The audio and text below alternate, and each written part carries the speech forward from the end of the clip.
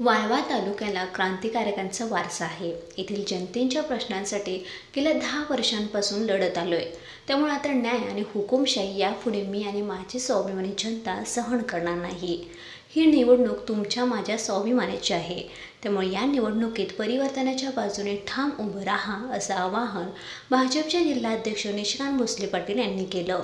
वाळवा तालुक्यातील एडेमच्छिंद्र येथे 1,72,62,000 तर किल्ले मच्छिंद्रगड येथे 1,35,00,000 आणि नरसिंहपूर येथे 36 लाख रुपये निधीच्या विविध विकास कामांच्या शुभारंभ प्रसंगी ते बोलत होते. यावेळी भाजपचे विधानसभा प्रभारी प्रसाद पाटील, जिल्हा उपाध्यक्ष धैर्यशील मोरे, तालुकाध्यक्ष निवास पाटील, महिला आघाडीच्या अध्यक्षा सुरेखाताई जगताप, दादासाहेब रसाळ प्रमुख उपस्थित होते. यावेळी निशिकांत भोसले पाटील म्हणाले, तुमच्या उसावर विद्यमान आमदारांनी एका कारखान्याचे 4 कारखाने केले.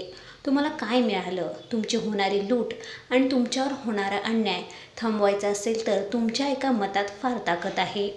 तुमचे एक मत निष्क्रिय आमदाराला घरी बसवू शकतो. येथील जनतेने हुकुमशाही इंग्रजांना सळो की पळो करून सोडलं होतं. त्या क्रांतिकारकांचा वारसा आपल्याला जपायचा आहे. त्यामुळे गेले अनेक वर्षे तुमच्यावर अन्याय करणाऱ्या हुकुमशाही नेतृत्वाला येणाऱ्या विधानसभा निवडणुकीत पराभव करण्यासाठी सज्ज व्हा.